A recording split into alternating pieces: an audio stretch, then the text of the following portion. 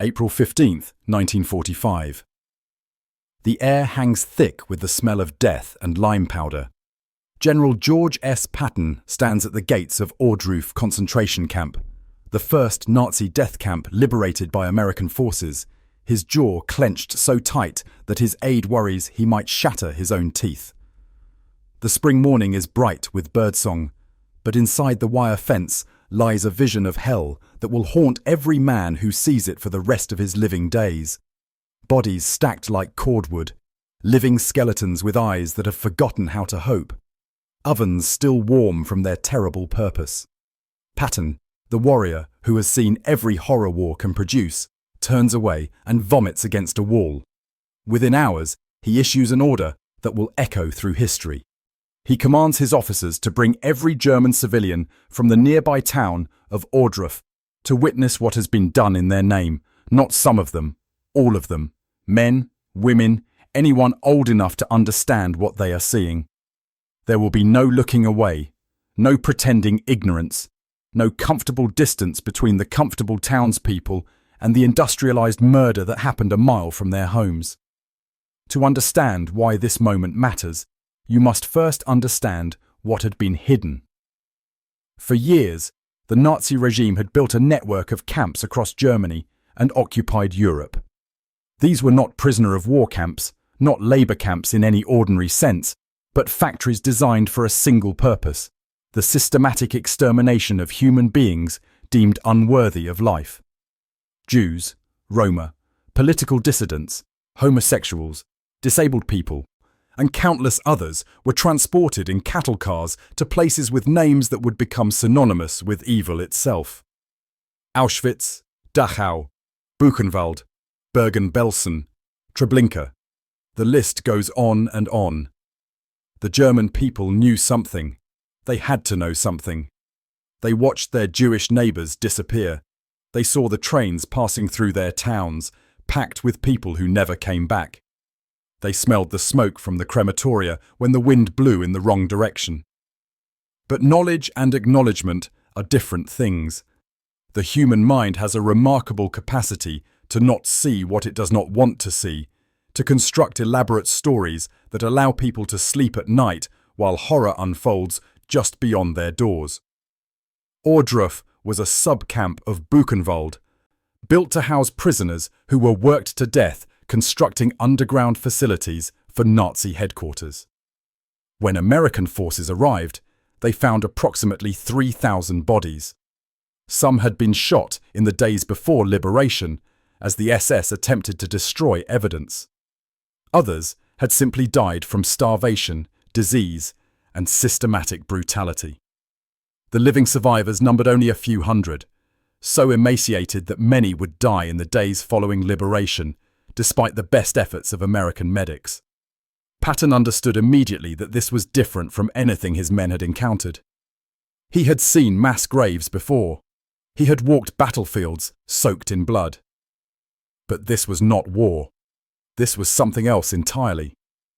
This was the logical conclusion of an ideology that divided humanity into the worthy and the unworthy, the superior and the inferior.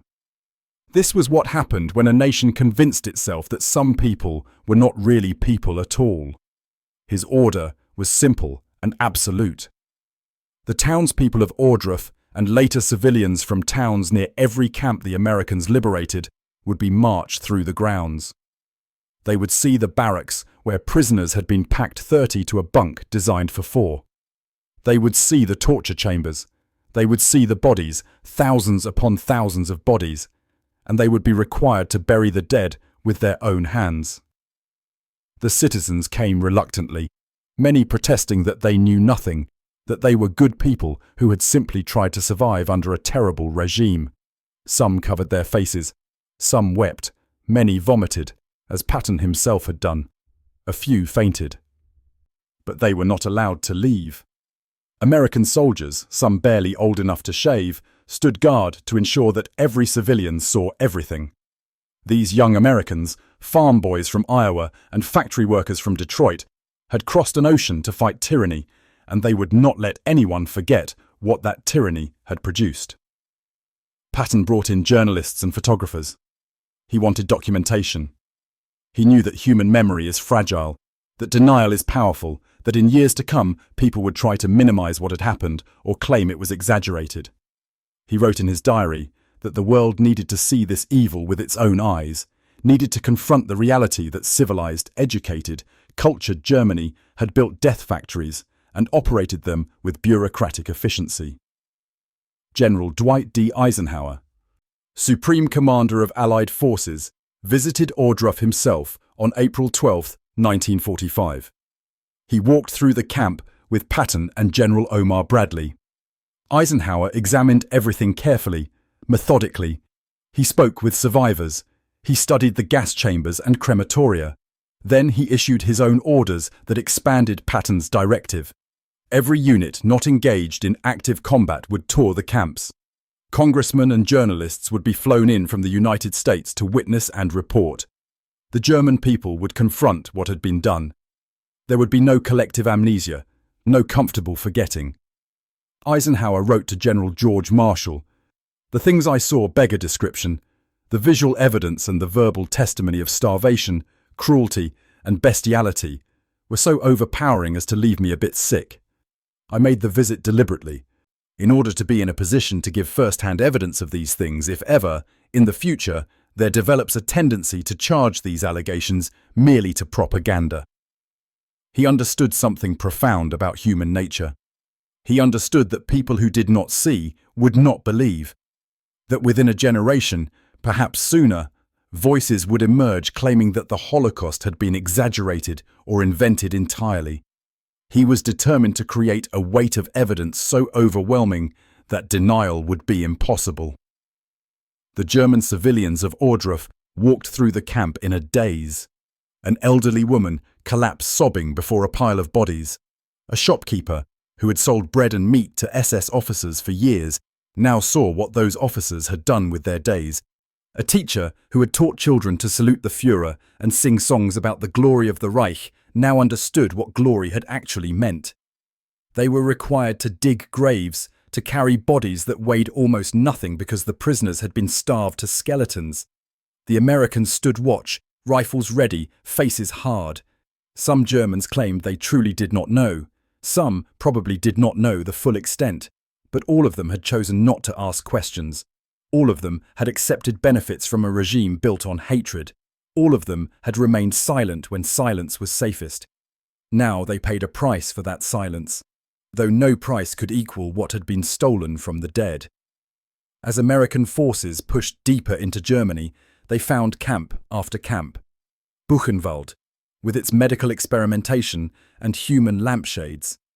Dachau, where prisoners were subjected to deadly hypothermia experiments. Bergen-Belsen, where Anne Frank had died just weeks before liberation. At each camp, Patton's order was repeated. The local population was marched through and forced to witness. At Buchenwald, the citizens of Weimar, home to Goethe and Schiller, centre of German culture and enlightenment, walked through barracks filled with the dead and dying. Their shocked protests of ignorance rang hollow in the spring air. The confrontation between the German civilians and the reality of the camps produced different reactions. Some Germans were genuinely horrified, their worldview shattered in an instant.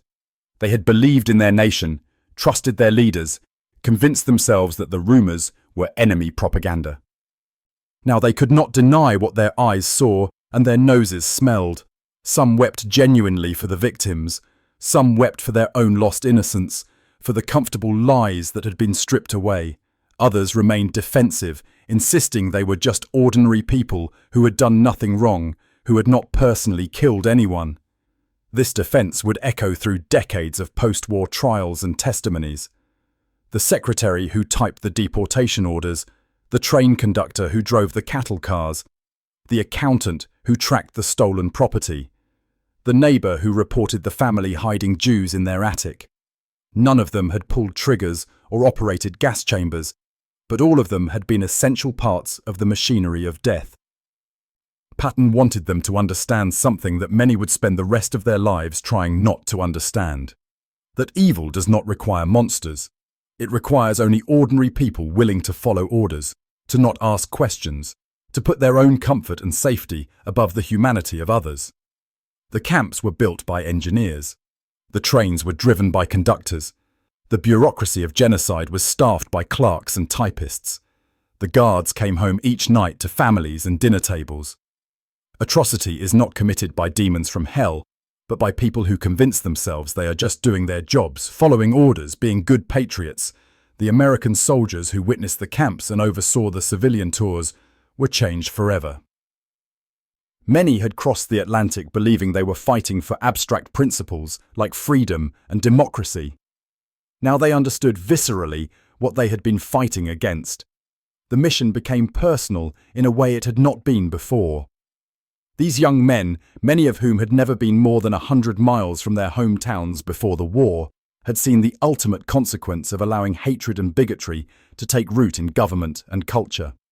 Private First Class Robert Persinger of the 89th Infantry Division wrote home after witnessing Ohrdruf, "We are told not to fraternize with the Germans. I now understand why. These people allowed this to happen. They voted for Hitler. They cheered him in the streets. They sent their sons to fight for him. And this is what he built in their name." The documentation continued methodically. Photographers and filmmakers recorded everything. The US Army Signal Corps produced films that would be shown around the world. The evidence was collected, catalogued, preserved. Testimonies were recorded. Survivors told their stories.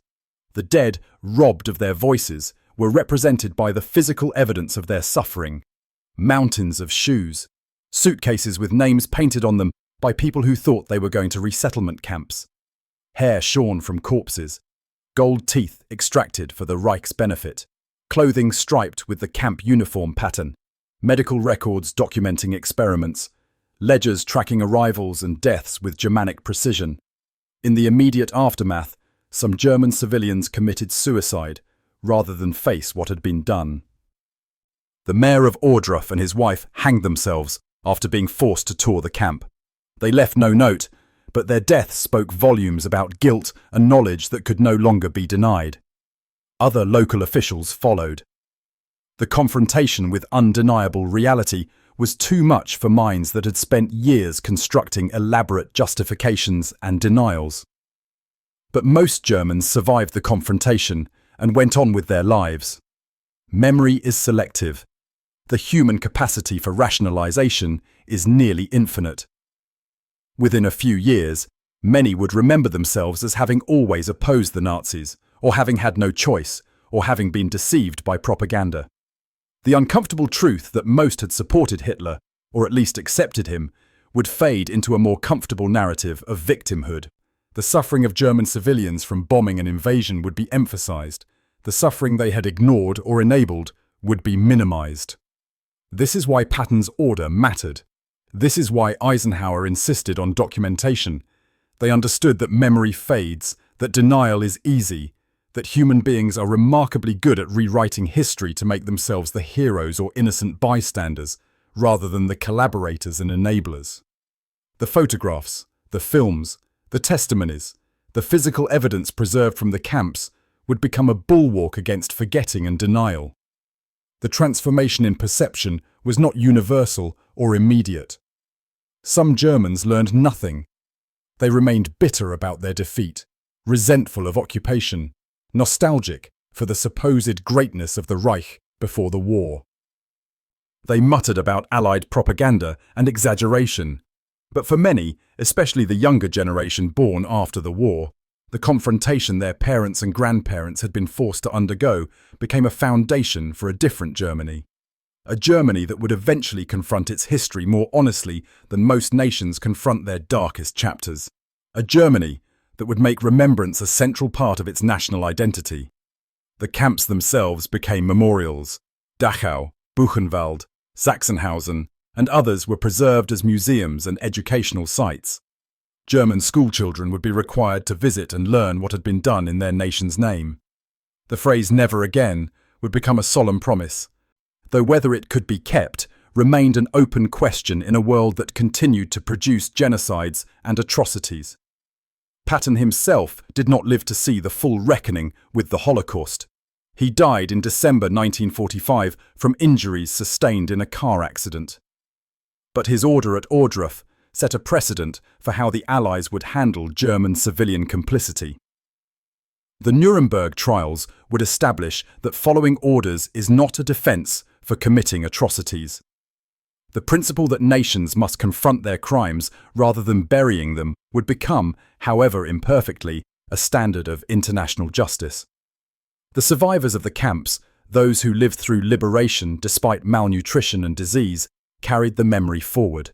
Some wrote memoirs, some testified at trials, some spoke to schoolchildren, some remained silent, the trauma too great to put into words, but their existence, their survival, was itself a refutation of the Nazi goal of complete annihilation.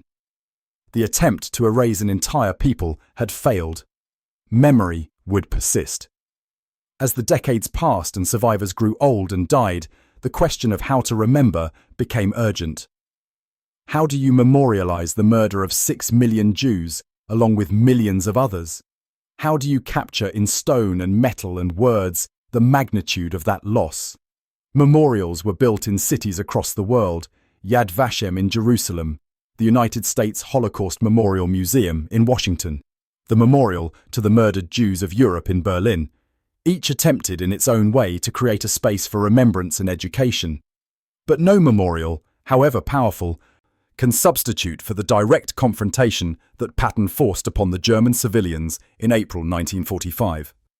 Those people saw and smelled and touched the reality of the camps. They could never afterward claim they did not know. Their children and grandchildren would carry that knowledge forward, building a new Germany on the foundation of acknowledged guilt and determined remembrance. The lesson extends beyond Germany and beyond the Holocaust. Every nation has dark chapters. Every society has enabled injustice at some point. The question is whether the society confronts that history honestly or hides behind comfortable myths. America has struggled with this regarding slavery and racial injustice. Russia regarding the Gulag. Turkey regarding the Armenian genocide. Cambodia regarding the killing fields. Rwanda regarding tribal genocide. The list is long and shameful. Patton's order at Ohrdruf was an insistence on confrontation rather than denial. It was brutal in its own way, forcing traumatized civilians to face horrors that would haunt them forever. But perhaps it was necessary. Perhaps without that forced confrontation, the denial would have been total. Perhaps the comfortable lies would have persisted unchallenged. Perhaps Germany would have become like those nations that still refuse to acknowledge their crimes, that prosecute historians who document atrocities, that teach sanitized versions of history to their children. The soldiers who liberated the camps and enforced Patton's order returned home changed men. They had seen the logical endpoint of hatred left unchecked. They had seen what happens when good people remain silent. They had seen the importance of bearing witness, even when witnessing is painful. Many became advocates for civil rights and human rights. They recognized bigotry and hatred in their own society with new eyes. They understood that the difference between America and Nazi Germany was not that Americans were inherently better people, but that American institutions had checked the worst impulses before they could metastasize into genocide. The spring of 1945 was a season of revelation. As American forces pushed east and Soviet forces pushed west, the full scope of Nazi atrocity became undeniable. Camp after camp was liberated. The numbers became overwhelming. Millions dead, millions more traumatized and displaced.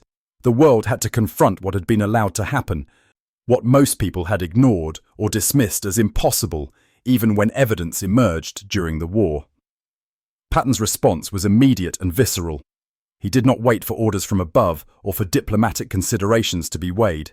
He saw evil, and he forced others to see it too.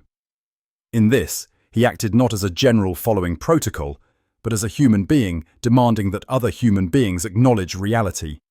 His order was an act of moral clarity in a moment when clarity was desperately needed.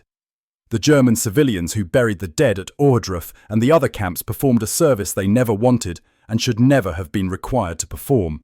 But they had been required to perform it because they had failed in their earlier duties. The duty to question authority, to resist injustice, to protect the vulnerable, to maintain their own humanity in the face of propaganda and pressure. They had failed those duties, or at least most of them had, and now they paid a small price for that failure. A price measured in trauma and guilt rather than in torture and death. The photographs from those days show German civilians, well dressed in their good coats and hats, standing beside ditches filled with emaciated corpses. The contrast is stark and intentional. These were not primitive people in a backward society. These were educated, cultured Europeans. They attended church on Sundays. They listened to Bach and Beethoven. They read Goethe and Schiller. And they had allowed, through active support or passive acceptance, the construction of death camps in their midst. This is the truth that Patton forced them to confront. Civilization is fragile. Culture is not a defense against barbarism. Education does not immunize against hatred. A society can produce beautiful music and literature and philosophy while simultaneously operating factories of death. The veneer of civilization is thin, and beneath it lies the capacity for unspeakable cruelty. The epilogue to this story is still being written. The survivors of the Holocaust are nearly all gone now, passing from living memory into history. The soldiers who liberated the camps and enforced Patton's orders have mostly died. The German civilians who were forced to witness their nation's crimes are dead. Their children are elderly. Their grandchildren are middle-aged. Soon there will be no one left who remembers the camps as anything but history. This makes the documentation, the memorials, the education all the more crucial. When memory fades, what remains? The photographs remain, the films remain, the testimonies remain, the preserved camps remain, the archives remain, and the stories remain, passed down from those who saw to those who must learn. Patton understood that truth matters, that witnessing matters, that confrontation with reality, however painful, is necessary to prevent repetition. He forced the German people to look at what had been done in their name, and in doing so, he created a foundation for accountability and remembrance. In the end, the lesson of Ohrdruf and Patton's order is about the necessity of bearing witness. Evil flourishes in darkness and denial. It withers in the light of exposure and acknowledgement. The German civilians who walked through the camps in April 1945 could never afterward claim they did not know. They had seen. They had smelled. They had touched. The truth had been branded into their consciousness, and no amount of rationalization could fully erase it. This is what freedom requires: the courage to see clearly, to name evil as evil, to hold people and nations accountable for their actions. This is what abundance demands: the rejection of the lie that there is not enough for everyone, that some people must be eliminated so others can thrive. This is what ideology at its worst produces: the conviction that some human beings are less than human, that their suffering and death are acceptable prices to pay for a political vision. Patton's order was not kind. It was not gentle. It did not spare feelings or allow for comfortable distance. But it was just. It was necessary. It was a recognition that some truths must be faced directly, no matter how terrible, because the alternative is even worse. The alternative is forgetting. The alternative is repetition. The alternative is a world where the lessons of history are ignored, and the same patterns of hatred and dehumanization repeat themselves generation after generation. The camps stand empty now, preserved as memorials and museums. The ovens are cold, the barracks are silent, but the memory persists, kept alive by those who understand that remembrance is not about dwelling on the past, but about building a better future. The victims of the Holocaust cannot be brought back. Their suffering cannot be undone, but their memory can be honoured, and the lessons of their murder can be learned. Patton knew this. Standing at the gates of Ohrdruf on that April morning, he knew that what he was witnessing would either be confronted and remembered or denied and repeated. He chose confrontation. He chose memory. He chose to force others to see, even when seeing was almost unbearable. And in that choice, he gave the world a chance, however slim, to learn from its darkest hour and build something better from the ashes of genocide. Whether that chance has been seized or squandered remains an open question, one that each generation must answer for itself.